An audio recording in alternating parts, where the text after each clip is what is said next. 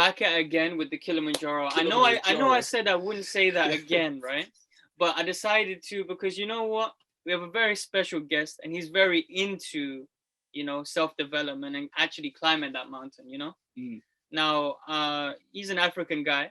You can definitely hear it in his tonality with his new songs, right? He has a song out right now. It's called Tris Had a Dream, right? But he's been into this whirlwind of like philosophy, self-development, and he's trying to actually put that in his music. But I actually met him at a door-to-door company. I have referenced that before in previous episodes, but I was doing door-to-door for about 6 to 7 months before I actually got my teeth sunk into uni. So with pleasure, I'm going to introduce my guy, Sampala. So say what I want to the people, bro. Yeah, thanks. It's a pleasure to meet you. Pleasure to be here. Been a long time. Great to catch up. My name is Sampala. I go by the name of Tris as an artist. And so as you said, we met at a door-to-door sales company. Yeah. And so I went there as a way to jump into more like personal development, push myself into uncomfortable situations, baptism by fire sort of thing. I took a lot of growth out of that, but I felt like the journey was still going spiritually and everything. So man, it's interesting that you say that, because when you imagine a door-to-door company, or for those of you who might be watching this, when you think of a door-to-door company, you're like, okay, pyramid scheme. That's in your head. That's been drilled into your head since day one, right? Yeah. And now door-to-door companies are actually paying their employees per hour. But when me and Sampala were doing it, it wasn't like that, guys. It was not like that. Just commission only. If you don't make sales, you're going home hungry. Hungry, right? Empty-handed. That rice and ketchup shit. Some people were living off that, Yeah, literally. Like obviously Sampala, like, he's quite young, right? So he probably had his like family's backing. But there were people there that were like 30, 40, rough, though, Eastern European Donnies, like some people actually came from like Nigeria, etc., came over here to find a job. That was the job that they unfortunately stepped into. It's rough, isn't it? Because I did I did that similar one. What, telesales? Yeah, but it was on the phone instead of door to door.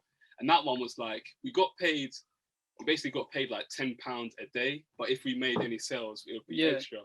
Yeah, it was pretty. £10 a day. Yeah. At least you got to eat at the end. Yeah, it was £10 a day.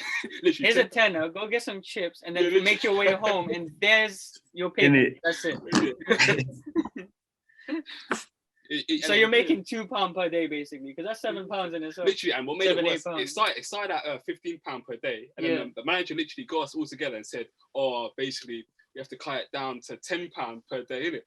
Yeah. And what made it really weird was one of the people that I was working with. They were like, "Oh yeah, that's fine. I'd rather work like that than be paid like £7 an hour to just stand there at a store." Yeah. I'm like, well, I'd rather be working at the store, innit? Yeah. If you're being So let me give a bit of background into the type of organization that we are working for, right? So they make it seem glamorous, right? They sell you the dream, which is, okay, you can own your own company. Yeah. Right? And to anyone listening, you're probably like, okay, yeah, that sounds dope. Why wouldn't I do that, right? And then you go to like these interviews. You go for like 3 to 4 different stages of interviews. So you have a phone call, they vet you, they're like, okay, yeah, no, this guy sounds amazing, blah, blah, blah, let's take him in to the next stage. Then you have another phone call with the manager, right? And in our case, it was this big, scary Donny named Boyd. Shout out to Boyd if you are. Boyd. Because if you are, this is jokes. I can have you on. No, I'm not. Because Loki, he'd fuck anyone up. Yeah. He's a hench Donny, like, and his like USP was that he can scare anyone with his like looks, because he's built, but he also has like the gift of the gab. Like, he is a very convincing motherfucker. Yeah. You know, and you gotta be if you work, if you're doing that. And he did build himself from the ground up. Like, realistically speaking, you know, like he went from door to door to door, made sure he hit the target of at least 6 sales per day, which averages out to around like I think 120 pounds back then. And that's the minimum. And if you don't hit that every single day, then you get demoted basically. You know what I mean? And the problem though, where I was is I had started building a team, right? And that's like the second like step ladder. And there's like 4 step ladders to get to reach like a general manager, then regional manager, then so on, right? And you start to get residual income when you have a team of 5, like we were saying earlier, right? And I was on like the second step ladder, and obviously Sampala was saying that he was doing it for mentality boost, you know, to make himself uncomfortable, because as we said in previous podcasts, nothing grows in our comfort zone. Everything grows outside of it, because we're so, you know, adjusted to our own comfort zone. If we don't push ourselves out, then we're going to remain the same human being. I doubt any of us want to do that, right? Yeah, man. Like it was weird for me because I was a pretty young guy, right? So I was only like what, 21, I'd say. I think Sampala is like a little bit older than me, right? Maybe a year or so older than me. How old are you, bro? I'm 26 now. Okay, yeah. So he's 26, right? And like for me, on the flip side, it was uncomfortable because I had to teach my elders. You know, and from a young age, we're taught, okay, you should respect your elders. You know, come back a little bit. You know, like take it easy, take a pause.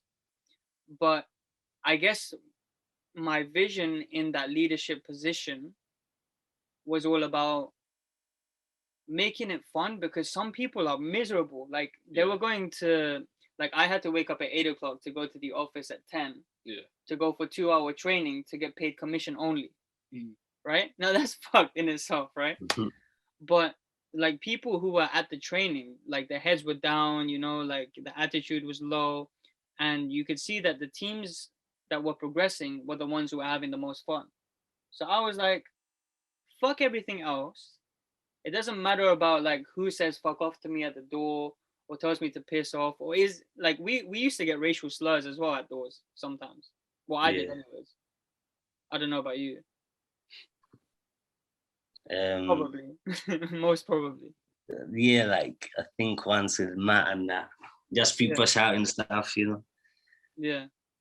But like low key, at the end of the day, we were kids dressed up in suits, knocking on doors with iPads. Who's gonna take us seriously? Not a lot of people. But you have to be ruthless in that scenario, and I guess that's what I tried to push on to like anyone who I was teaching. You know.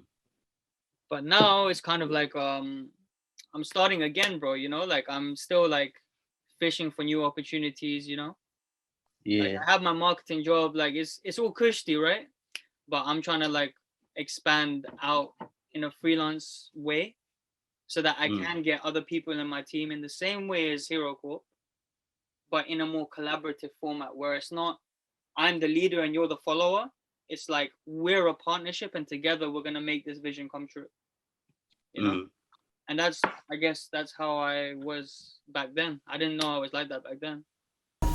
Support for Kili Podcast is brought to you by Manscaped. They offer the best in men's below the waist grooming and trimming. They offer precision engineered tools for your family jewels. Diamonds. They've just launched their 4th generation trimmer, the 4.0, all across Europe. They've come with an exclusive offer for you. It's an exclusive offer for you just because you listen to us. Imagine you get something from listening to us. Use the code Kili Podcast for 20% off plus free worldwide shipping. That's Kili Podcast, just like our Instagram. They've engineered the ultimate groin and body trimmer by focusing on intelligent functionality and an incredibly comfortable grooming experience. It features a cutting-edge ceramic blade to reduce grooming accidents thanks to their advanced skin-safe technology. The upgraded trimmer also has an on and off switch that can engage in a travel lock. You can also turn the 4000K LED spotlight on and off when needed for a more precise shave. The Lawnmower 4.0 even allows you to customize your trim from using blades 1 through 4. The new wireless charging system uses electromagnetic induction. I said that right, yeah? Get your own ball and hair trimmer at Manscaped. using our code KilyPodcast for 20% off and free worldwide shipping. Your boys will thank you. But no, like to that. He was the guy who, like, he was basically like my favorite. Yeah. You know, in terms of like who I was leading. And that's because obviously like we related, blah blah blah. We could talk about anything, kind of thing. We spoke about, you know, football to girls to etc. everything, right? Mm. And then he left because this fucking he got 0 sales one day. Yeah. Right, just one day. Yeah. And that Boyd manager that we were talking about, the 6'5" Donny, Yeah. screamed at him in front of the whole office. Bruh. So how was that situation for you, bro? Because I've been there. He did it to me too when I had a bad day. Yeah, I mean, it's like on one level, it's like, what else do you expect, sort of thing. You've got this target you're meant to hit, and then on the other hand, it's like there's only so much you can control. You might end up with a day where it's like, oh, the situation is basically out of your hands. You don't know what kind of person you're gonna speak to, sort of thing.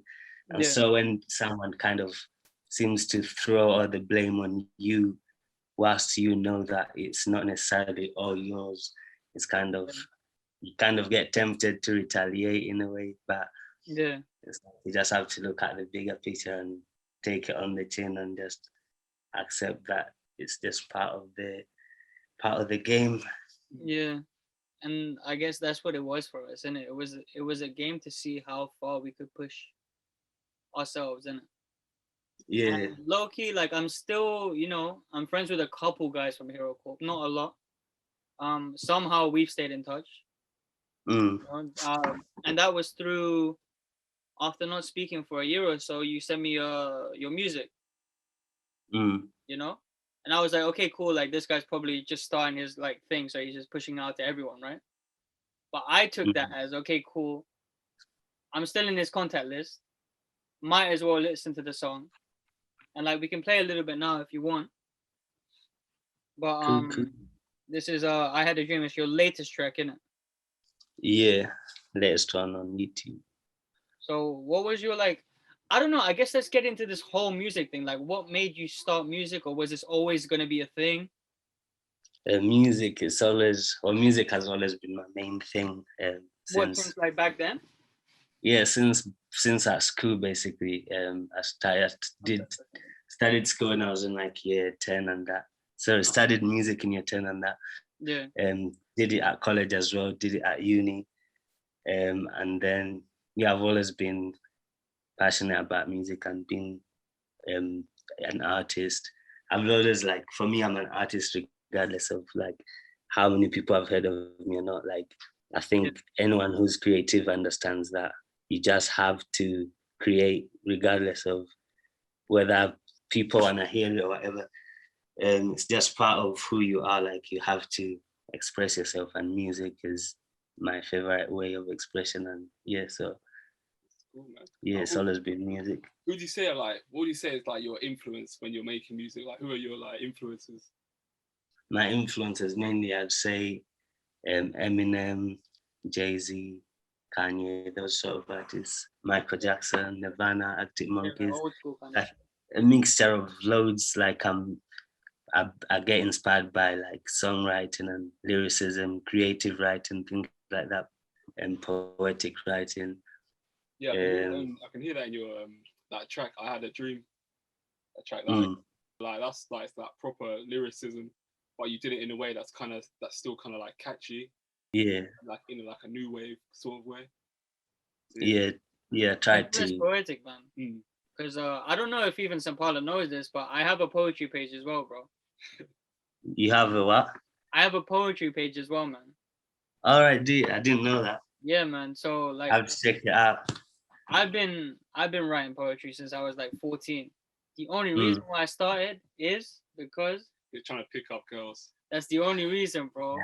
So remember that episode in Fresh Prince? I don't know if anyone remembers it, but he only picked up a poetry class so that he could like woo this girl he had a crush on. Yeah. Do you know what I mean? And he like had an alias and he put like a fake mustache on and is everything. It like Ralph the Ghetto or something. Ralph the Ghetto. Yeah. De La Ghetto, innit? Yeah. Yeah, and then he had like his little like what's that smoking pipe, whatever it is. Mm. And then he just recited it. And in the end he got Jeffrey to do it for him. And Jeffrey got the go. But yeah, no, that's why I started, you know? And then I guess when I got more in tune with like I guess sales in a way, you know, how you can convince someone to your point of view, how you can express yourself creatively. And I guess the two kind of mesh together and kind of form this poetic version of myself. And for those of my friends who are out there right now, like the Mandem and all of that, they're probably like, wait, like this guy's doing poetry? And that doesn't make sense. Yeah. You know? But it's always kind of being there. And I guess through a combination of 6 years of girlfriends, I guess I've honed in that skill where now I can like be comfortable doing it myself. You know what I mean? Yeah. And actually putting it out. So, are you still doing it today? Like, do you do it these days? Yeah, but like instead of like that romantic shit, cause bro, like I used to do some corny. romantic corny ass bullshit, yeah. Wet in a diaper, bro. I can't lie to you, like quite cringe. Can we hear one of them? Yeah, and I think it like there was this one song that I wrote, and it was basically a parody of one of J. Cole's songs. Let me get it real quick. For Your Eyes Only. Yeah, so that actual song in the album, not like the album itself, but that song I parodied in it. And it was a love song, I can't lie, when I put it out, but like I changed it around.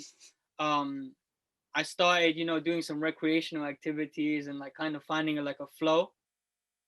You know, I'm never gonna rap, by the way. I understand how high pitched my voice is. I'm not gonna do that shit. And I'm self-aware, but I got down with the flow. I've always been into like hip hop and that, and now it's more about self-development and philosophy, because for me, the word success is like a drug for me. Like I lust after it. And I guess through lusting after it, I've kind of fallen in love with exposing or triggering that mindset in other people. So I guess that's why we're doing the podcast now. You know? Yeah, that's been on his own journey. I feel like that's like something I wanna do as well, like basically as much as I can, not only through music, like through music obviously, and to make it more, see how I can make it more empowering or inspiring, and just allowing people to believe in themselves basically. Because it's something I struggled with for a long time and basically affected my music as well. But it's like pretty much the most crucial thing is to be on your own side. Like people don't really put much value in their own support. They would rather just look like they just want to be supported by other people, but they're not willing to support themselves like to the fullest. So trigger that through people. Like I'm trying to do that as much as I can through the music. Yeah, because I guess like we always hear this phrase, it's like it starts from within, right? Yeah. And we hear that, we're like, yo, this is kind of gay. You know what I'm saying? Like, what do you mean start from within? Like within myself? Like I don't want it up me anywhere. You know what I'm saying? Right? Nah. But then, Alright, don't get triggered. Don't get triggered. Hey, yo, I want to get cancelled. Cancel me now, please. Like, where is that? Where are the people who cancel? Like, where are they at? I can't see them. Shh. Anyways, but yeah, no, we hear that phrase, right? But it's true because of the fact that once we're able to be on our own side truly, right, and understand where our strengths are versus our weaknesses, then we can, you know, surround ourselves with people who have strengths where your weaknesses are, you know, and then get better through that medium, you know. Or surround yourself with people who will lift you up but also give you constructive criticism, and that will lift you up. And sometimes actually isolating yourself and reading books about the topics that you are not comfortable with, or you want to learn more about, like, for example, you want to learn more about music, right? So you download one of your favorite artists, let's say Eminem's autobiography, you know, and from that you can gain like some form of inspiration. I'm reading this book called Third Circle Theory. I've showed it to CJ. Yeah, I finished it. I need to read it. I need to reread that book because I want to. But you finished it? Yeah, I finished it. I just need to. I want to reread it so I can get more. And a summary of that book is basically seeing the world through the lens of a third person. You know, so where you're seeing life outside of yourself, so you have a bird's eye view, and everyone knows that from a bird's eye view you can really pick apart different things. Like, let's say you're watching a football match. If you're watching the football match and you see an opportunity for someone to shoot, you're like, why the fuck isn't he shooting? But the person who is shooting, it's going to be way harder for him to see the opportunity, you know, because the vision is like here rather than over here. And when you're here and when you adjust yourself, you can be like, oh, okay, so this is what I was fucking up all these years. Yeah.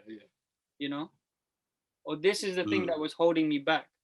So that's what I wanted to ask you. What was the thing that was holding you back from starting music? Because you've only started publicizing the shit now. Yeah, I'd say, like, to put it as simply as I can, it's self-confidence. Like, it's easy, like, on the surface, like, it's easy. Like, people talk about it, like, oh, just be confident, blah, blah, blah. Yeah. But it's easy to say, it's easier said than done, especially when it comes to how the mind works and how involuntary it is. Because you can have a lot of anxiety and that.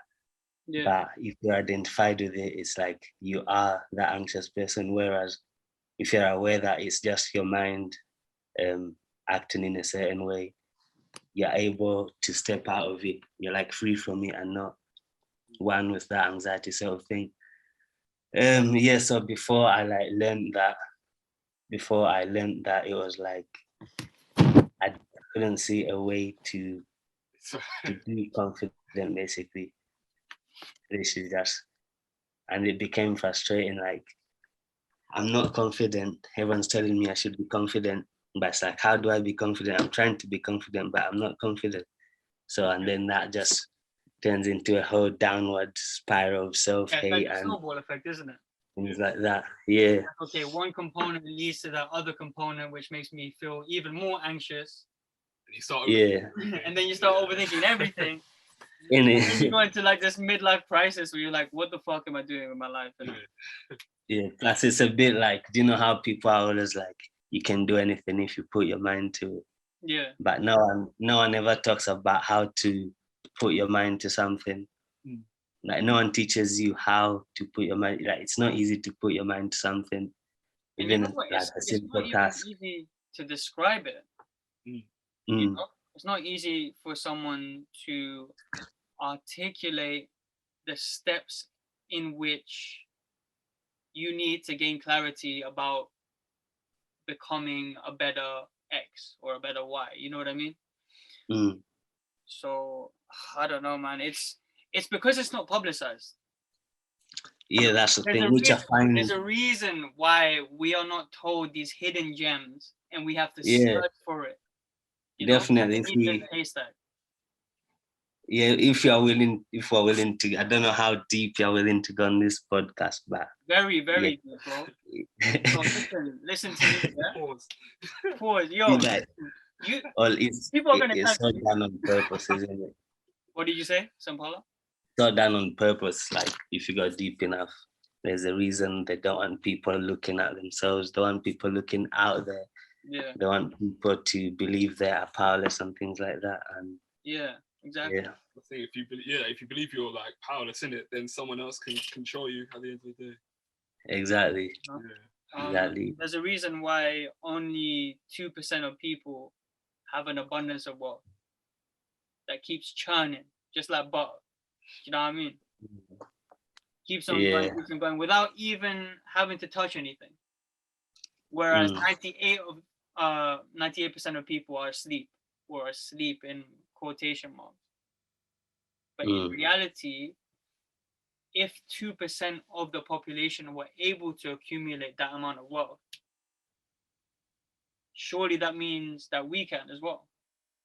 Yeah. But we have to dig even deeper now, because there's a cluster of information nowadays. Yeah. You know? So that's the thing, I think. Yeah, go on.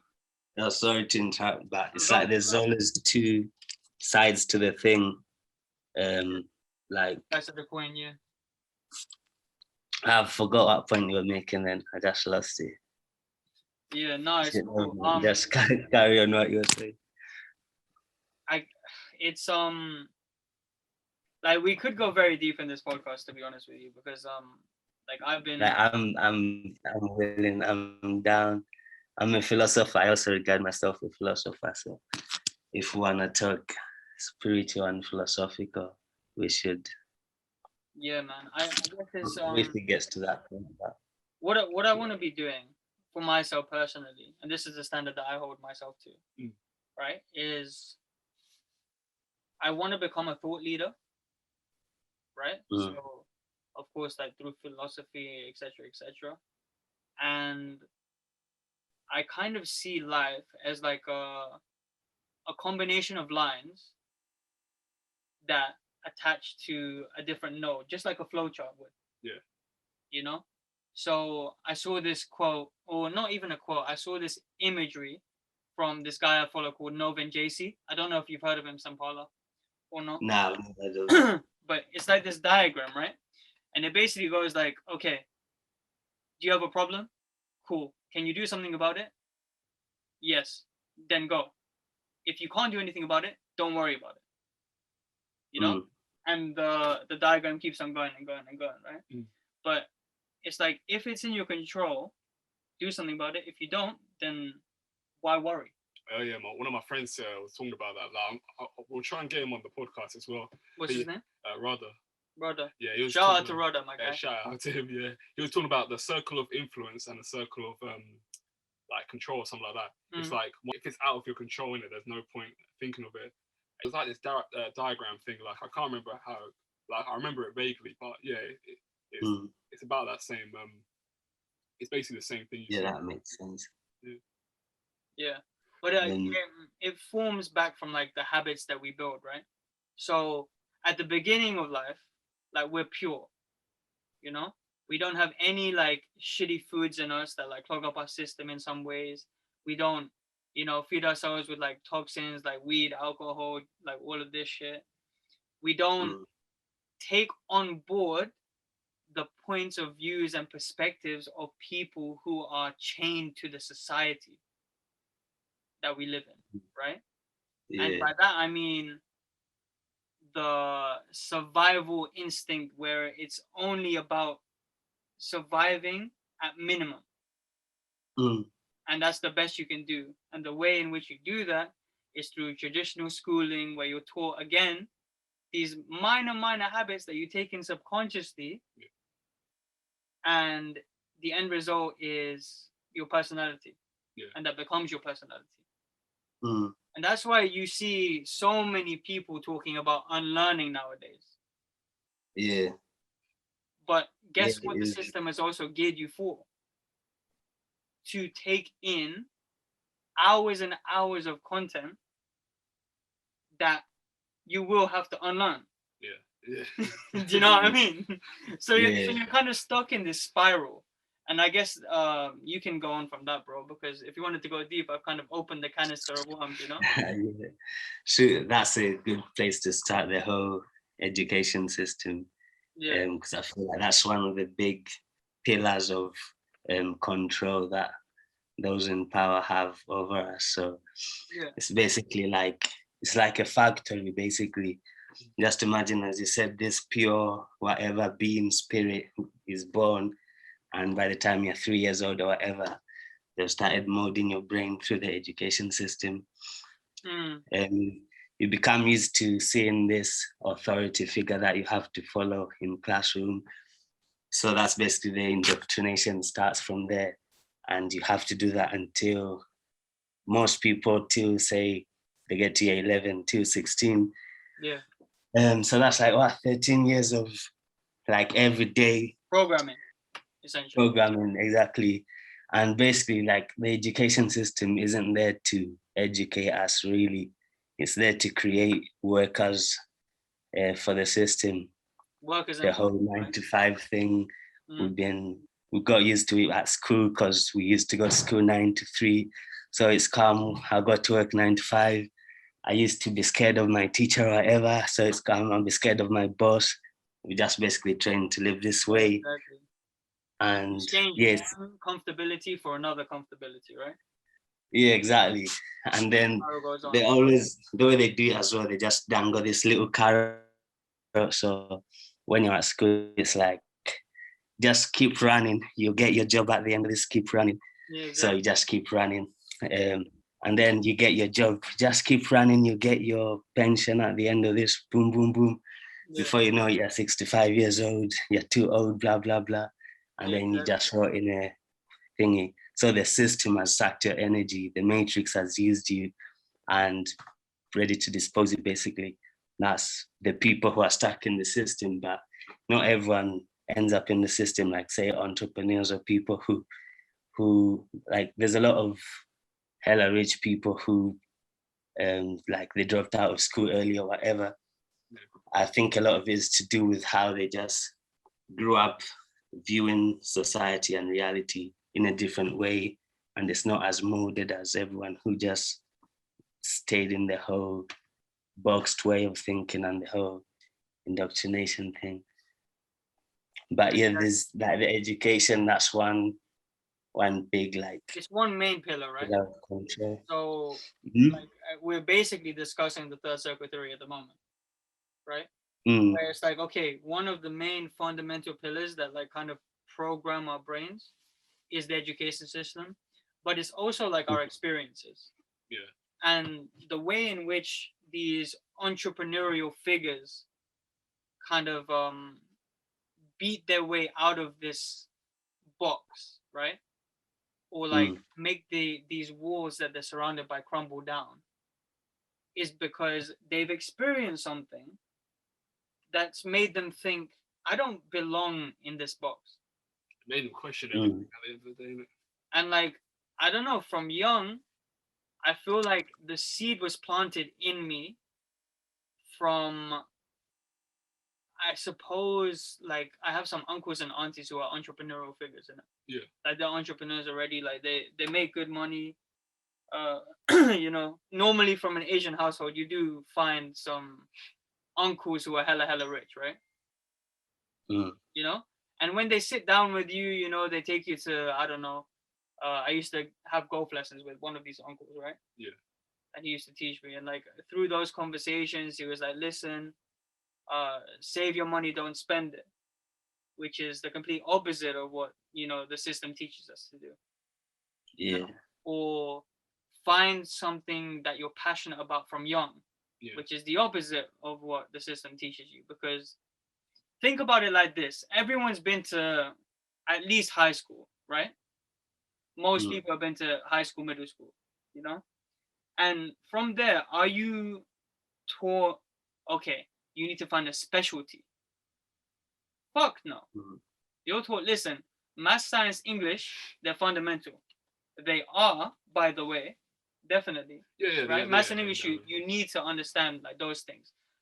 English to communicate, maths to, well, maths is fundamental in all areas, especially financial. Yeah. But yeah, problem solving as well. And science to kind of understand the mechanics of the world. But like science we'll touch on another day, because like I can't be asked to unwind that web.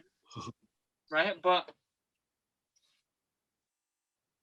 we're not taught to search for our passions early on. And I think that's one of the fundamental areas where, I mean, in an idealistic world, we change. But we can't change it because we won't keep the rich rich and the poor poor. Yeah. you know. Yeah, that's the whole thing. It also comes back to the whole survival thing. Yeah. Like obviously we have to survive, like that's number one thing. Yeah. So that we stay here in this human experience. But in terms of the resources that are available right now on the planet, it's like we can move beyond just survival sort of thing. We can move on to bigger things. But those in power are making sure that the masses, whatever, are only in survival mode. So they'll be willing to accept the peanuts that they throw at them, basically, like the whole 9 to 5 thing, like compared to, like people think it's obviously compared to poor countries. Like I grew up in Zambia, like I've seen what poverty is like. And so if you say, I don't know, someone who gets paid 20K a year, that's a decent job, like. But compared to, like, say, I don't know what those billionaires or whatever are making, millionaires, like the wealth distribution is just, it's crazy that people don't even look at it and question whether something needs to change. Yeah. Like obviously you could say, oh, work hard like they did, blah, blah, blah. But there's clearly a manipulation going on. Yeah. So that's one thing that's very weird. It's like, you see how you were saying about peanuts, right? Like in a job that's like 20K, realistically speaking, you're getting paid peanuts because it's a business. And at the end of the day, with you, they're cutting costs and they're getting the most out of you. Right? Yeah. And that way, to them, it's like, oh yeah, I'm getting a great return on investment on this little bitch over here. You know what I'm saying? Like this guy is basically the hamster and we're just turning the wheel. That's it. We're just turning and turning and turning the wheel. Right? I mean, we went pretty deep in the whole like thing, but I want to kind of like take it away from that a little bit. But you mentioned there that he's from Zambia. I want to know more about that experience, bro. That kind of in Zambia. Like. So what were the key differences between growing up as a Zambian boy named Sampala compared to the life that you lead now, bro? What for between when I was growing up in Zambia to here? Yeah. So what experience? Talk to us about the Zambian experience. Yeah. So like, it was crazy. Like, it was crazy. So, we grew up in a just like lower middle class family. I didn't say we were like rich or anything, but we weren't like proper like poor and that. Yeah. But some of my friends, I remember, like they were like barely had anything to eat sometimes, or they can't afford shoes, things like that. Yeah. But it's like, I don't know, we just grew up in and like acceptance of like, this is just how it is sort of thing. Just because you go everywhere, like there's loads of poor people, there's loads of rich people, but rich people were like really rare in Zambia. I thought, oh, that's just how it is. But then moving to the UK, it's like, wow, it looks like almost everyone's rich now. Like from the perspective of everyone in the UK, everyone's just like normal, calm. But if you like compare to an average person in Zambia, it's like, wow, you're pretty rich. So it's like, yeah, in a rich country. And then, I don't know, you kind of think like, oh, how is it that there's a whole country of people living like this, and then there's a different country, but that's a different subject. But yeah, there was a lot of good experiences, like when, like there was once. Give us a story, bro. Like a story that's close to your heart. Like just share something to the people. I don't know, like I used to enjoy just going out on like adventures, because our house used to be on the end of the neighborhood. So there used to be a massive wall splitting like the wilderness and like where the cities and that. We used to like sneak out, climb over the wall.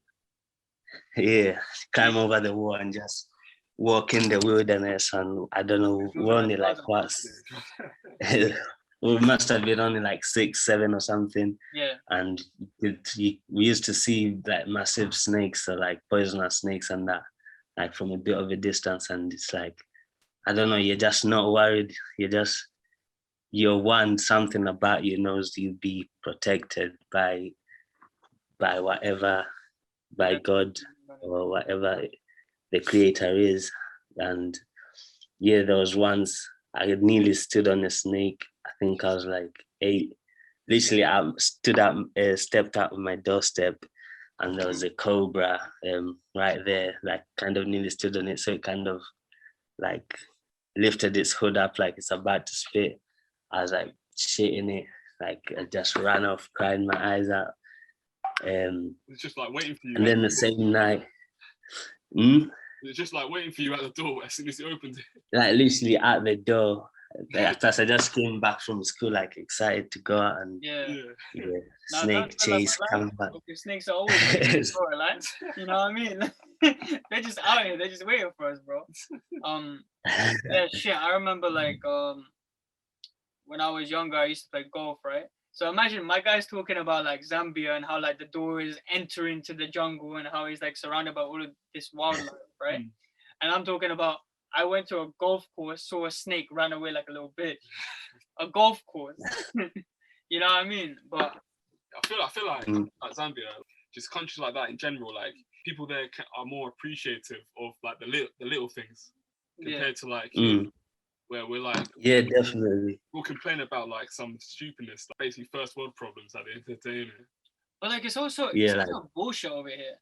Like I feel like in Zambia, it's like, okay, cool. People know their place. Like poor people kind of know that they need to live for their means, innit? Yeah. You know, like they can't go to a fancy restaurant because 1, there's not many fancy restaurants out there. 2, be able to indulge. And 2, you need to, you know, have that first survival instinct of feeding their families. Right? But over here, people act like they're rich. Yeah, everyone wants to put on a front.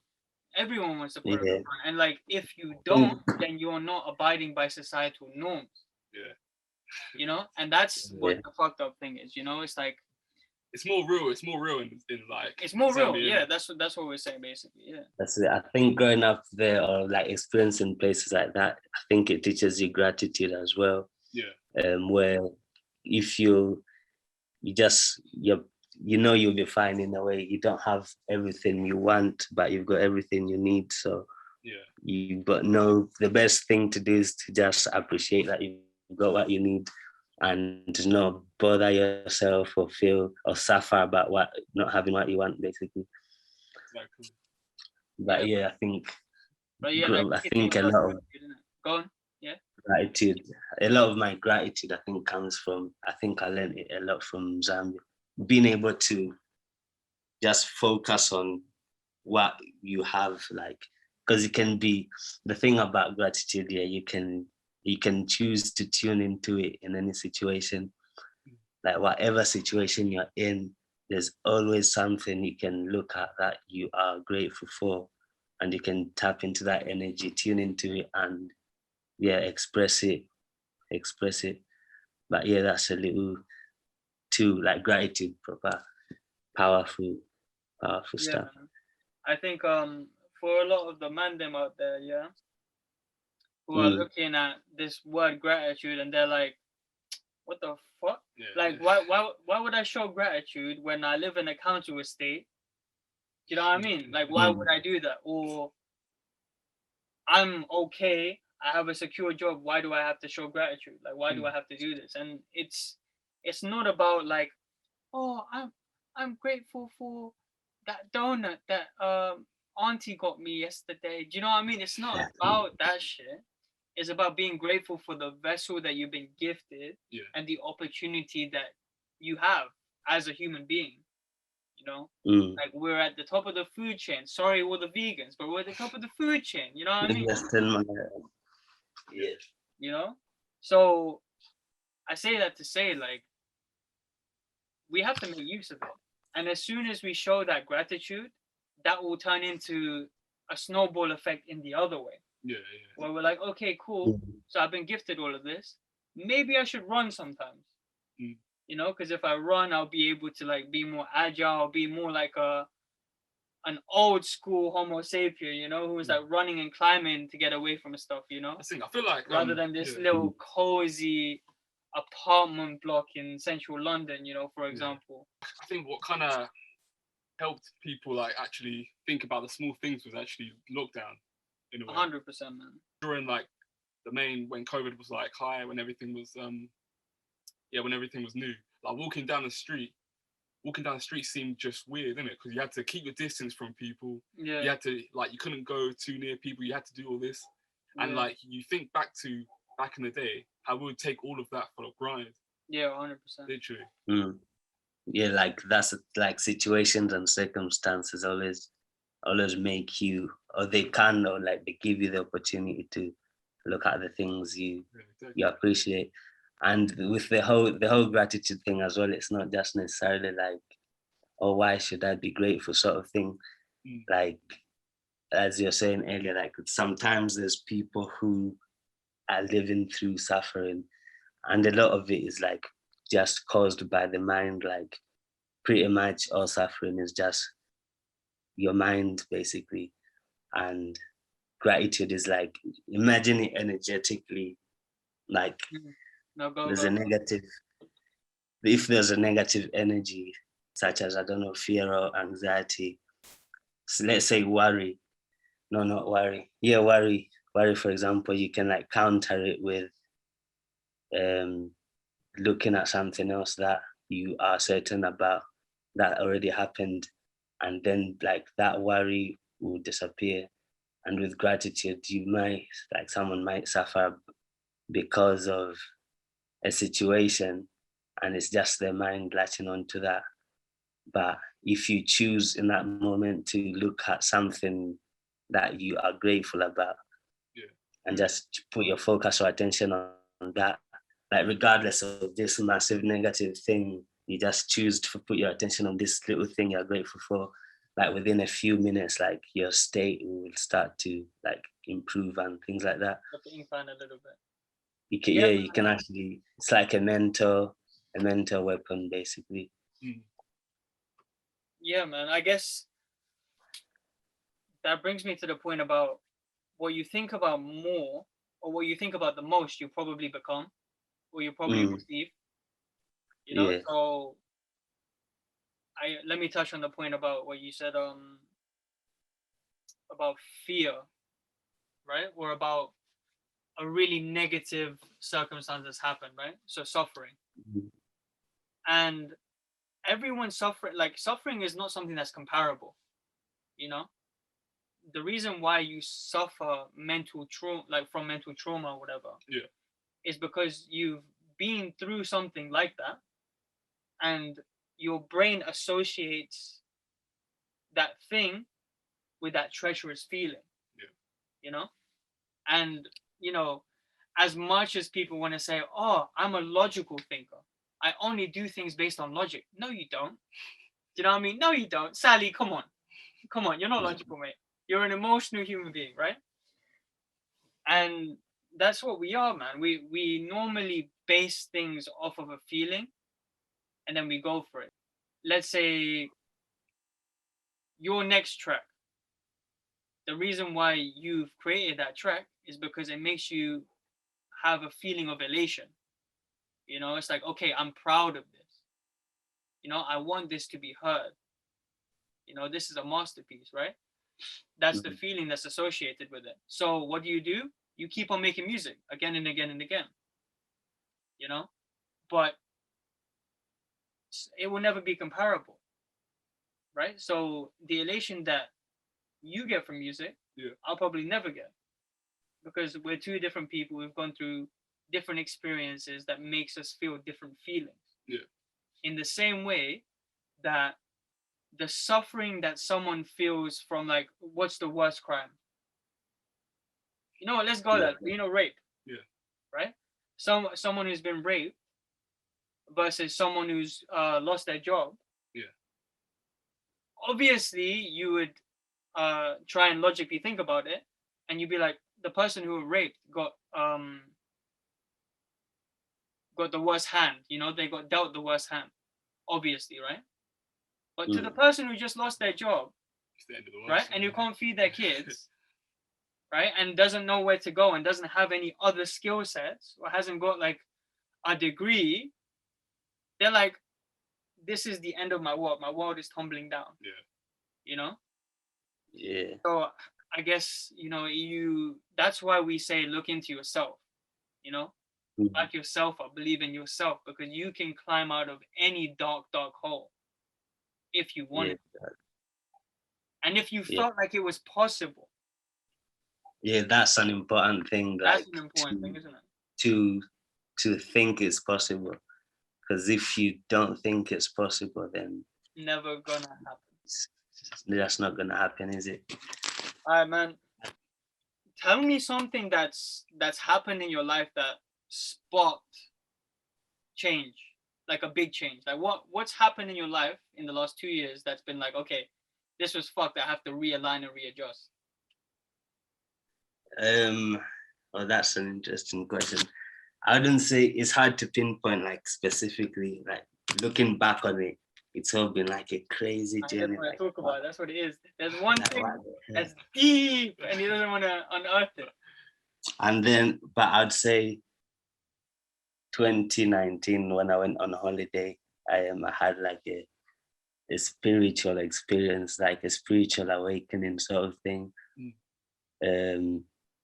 Since then, I felt like I've not been the same person, but it's always been like. What did you do? Did you do some ayahuasca shit?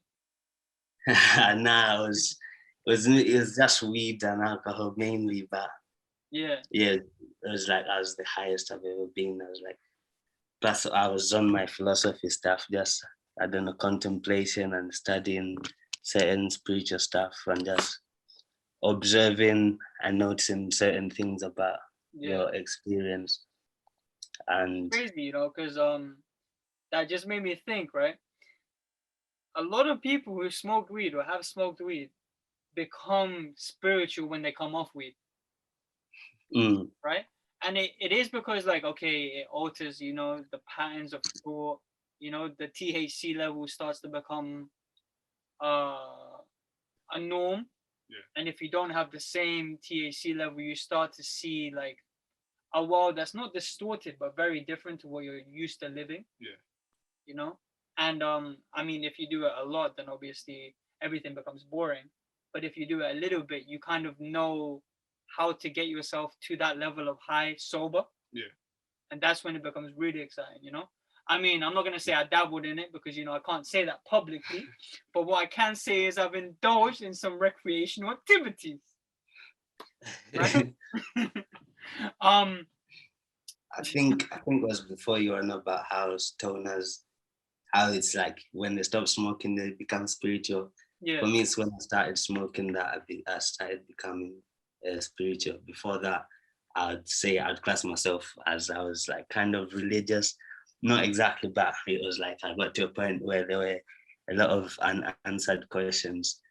And so then I started smoking and then like, whoa, a whole new thing. I'm not condoning smoking, by the way, but when I like just to first, I was just intrigued by how reality could be so altered, or my experience of reality could be so different just by smoking something.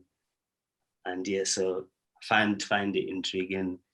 Just the whole idea of like consciousness and how it can easily be manipulated in a way. Manipulated and then you start thinking about like how you've been manipulated, right? And then you get into this whole whirlwind of things that we just spoke about for like half an hour, But I was just mentioning that for me it was stepping outside of my mental box through weed. That's fucking interesting, man. Like low key, there's some people who I'm in talks with, like that you are about to collab with, that also do that. So we'll ask them about that. you know, because obviously that one guy in particular does smoke quite a bit. So it'll be interesting to get his perspective on how that relates back to spirituality. Yeah, plus I think a lot of drugs, like obviously there's a lot of what do you call it, danger and that with drugs, like but I don't think the main reason it's illegal is to protect people. Like if we're truly honest, those in power don't really care about the people. The main reason I think it's illegal is because it opens up different perspectives and people would question reality too much, basically. So about, it's like, not safe to be free. DMT and ayahuasca, right? And that DMT is supposed to propel your, like it's like a rebirth. But yeah, I guess talk about the music equipment and how to like get started, because I think a lot of people want to know. You know, a lot of people are going to be watching you guys talk about like how you guys are artists, how you guys have like tried different things, how you were trying things acoustically, you know, like how you've been like producing now and you have beats available to buy and shit. So how did you get into that process? Like what was the first step? Well, because I was at school, basically I did it, and it's like you see what they've got, but it's mainly, I'd say the software is the number one thing. Just like getting on the software, you can learn. If you've got headphones and the software, you can get so far. It depends what you're doing, whether you're being an artist or a producer. If you're a producer, then obviously the software and that.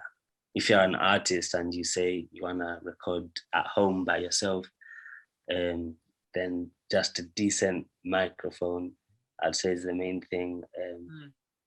Headphones. And what software? Yeah, that's software. I use Logic Pro. You can, but if you're on PC, you can use. I use the FL Studio as well, which it's good for making beats. But it's good with audio as well. I guess, what do you use, bro? Yeah, because I mostly use FL. Yeah.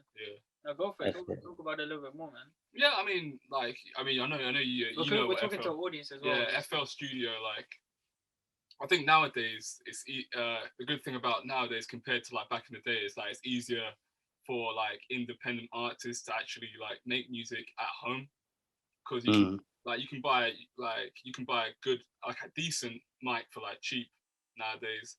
Obviously, if you've got software, you can buy some headphones.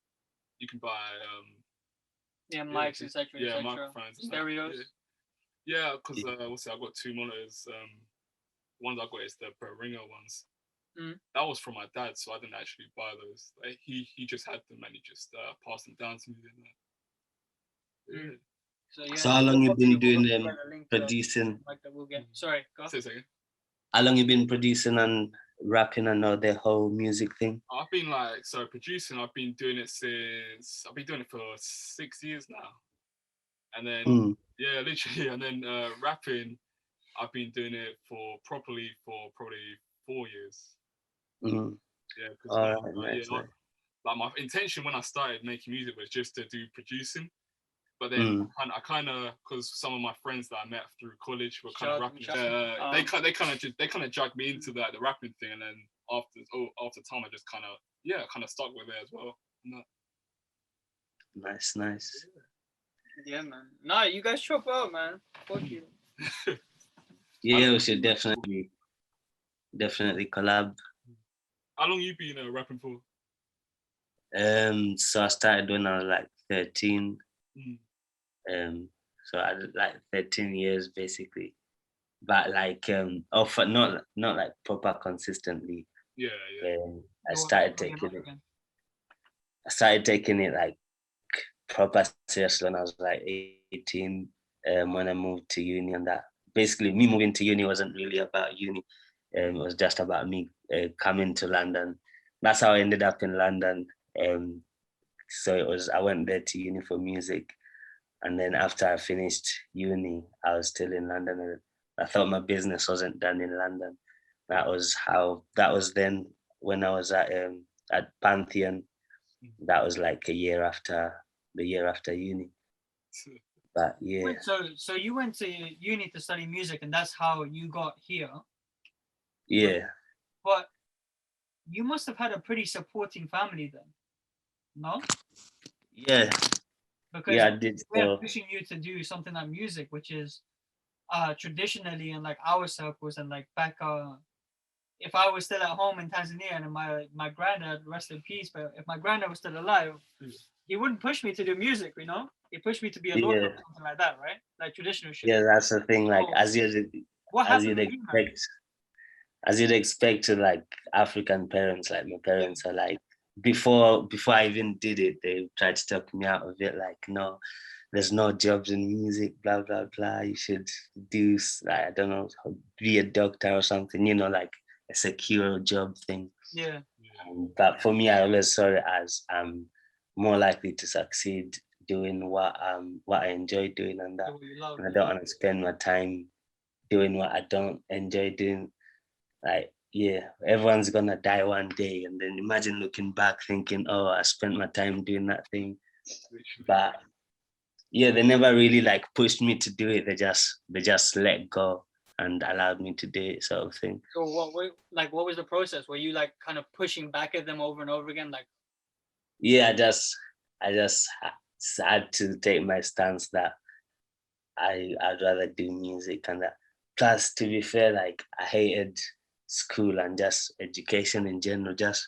But music is different. It's like it's not really everything else. Basically, at school feels like you're working, but music, you play music. So it's like, yeah, I'd rather play than work. Yeah, exactly. As even though that sounds proper lazy or whatever, but life's a game, man. You'd rather do something you want to do than to just be stuck doing something that your heart's not really in at the end of the day. Yeah, exactly. Yeah, because like I follow this principle. It's called ikigai, right? It's a Japanese principle. I don't know. You probably heard it, but it's like a combination of if you love what you do, you have passion behind it, and then you've mapped out a mission. So you've been motivated enough to map out a mission for it. Yeah. That's a good starting point, right? And then you look for other factors of like what the world actually needs from you. So like what your skill set lends itself to more. And I'm sure everyone can agree who's listening, music probably lends itself to both of these guys. You know? I mean, Sampala definitely for like the philosophical venting that he's allowed to do through music. And for CJ, like he's always like been around producing equipment for, as you said, like 6 years. Yeah. You know, and like you probably have some role models that have pushed you to do that. So bro, plug as much as you can right now. Yeah, literally. Plug yourself. Wow. Like, where do you want the people to follow you? Right. So follow me on Instagram and Twitter. Yeah. And it's at thisistris123. Instagram and Twitter. Like a cool password in high school. This is Tris123. YouTube channel. Just type in Tris philosophy, spirituality. The channel will come up. Oh yeah, he's got the keyboard on deck. Somewhere. But yeah, that's me. Alright, cool. As always, follow us. So follow your Beats page. That what's it called? Beats page Cold Dusty. COL.DUSTI Cold Dusty. My main one, CJ _LORDANE. That's cjlordane. And for you? For me, like as always, it's Mizanah H on every platform. So MIZANAH on Instagram, on Snapchat if you want to add me on Snapchat. And then obviously I got my Zan Words page, so ZAN Words for poetry. And then obviously just subscribe to this channel because we're trying to make waves. We're going to bring on so many different people from so many different fields, different side hustles, and you're going to follow the journey through like potential collabs that we might do. So stay tuned, I guess we out here, bro. We're out here, man. We're done. We're out.